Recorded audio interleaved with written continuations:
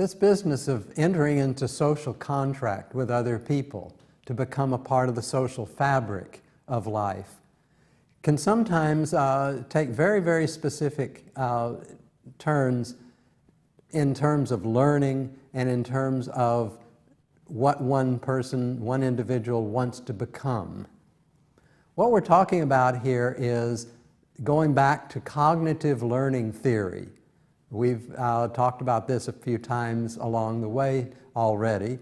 Cognitive learning theory, learning by observing the behavior and the consequences of behaviors in other people. Usually we think in terms of observing adults, but sometimes it's observing peers as well. An early example of this in early childhood, where, say, for instance, an infant or a toddler looks to a model, like a parent, to gauge how to feel. You say, what? Wait, that doesn't make sense. Yes. I've got an example here. Toddler falls down, immediately looks up at the adults in the room, sort of like saying, how am I supposed to feel about this? And the adult who says, oh, tough, tough, boy, I bet that hurt a little bit, the child picks him, herself up and moves on.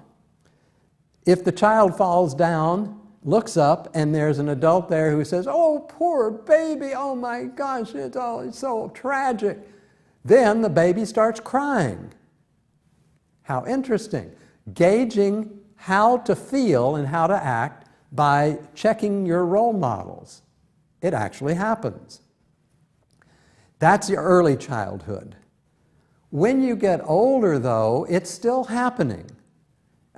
Teenagers, young adults who pick a role model at work or in the entertainment industry or somewhere, they pick a role model and they do everything they can to be just like that person, or at least what they imagine that person to be.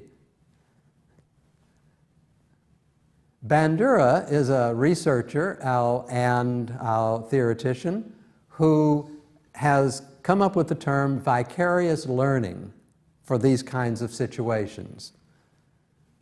There's direct modeling.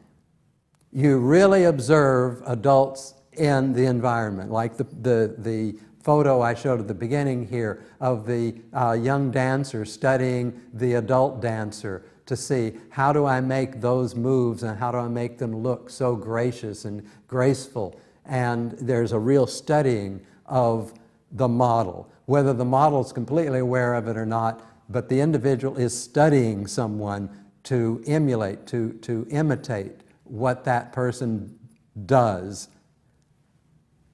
There's also what's called symbolic modeling, making your role model some character on TV, from movies, celebrities, advertisements, not real people. And there's this awareness that comes along at some point that people who are actors who play, especially if they're typecast a lot and they always play a certain kind of role, to find out that in real life they go to the grocery store and interact with people pretty normally. They're not really gangsters, they're not really tough guys. They're just ordinary people who have the talent for acting. But people will glom onto this image of what they think that actor is all about and then model their own behavior against that.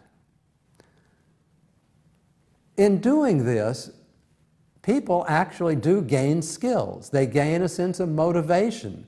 They gain a sense of self-efficacy. Yeah, I can do this. I can do this because I've been studying someone else who's been able to do it. Now I can do it. Of course, there is the danger of deceiving yourself and thinking that you have more ability than you really do, or setting yourself up for some unrealistic expectations.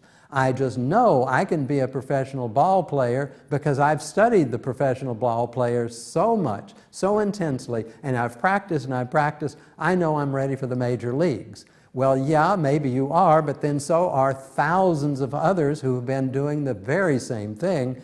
So be careful of expectations, of course.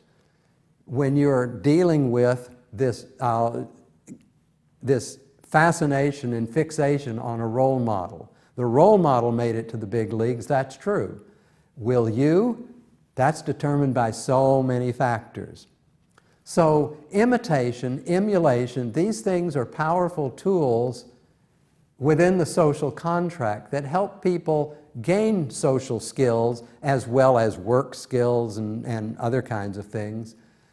But it's an interesting part of the social contract because, as I said previously, the model that you are emulating may not even be completely aware that you are doing that much work on observing their behavior and the consequences of their behavior.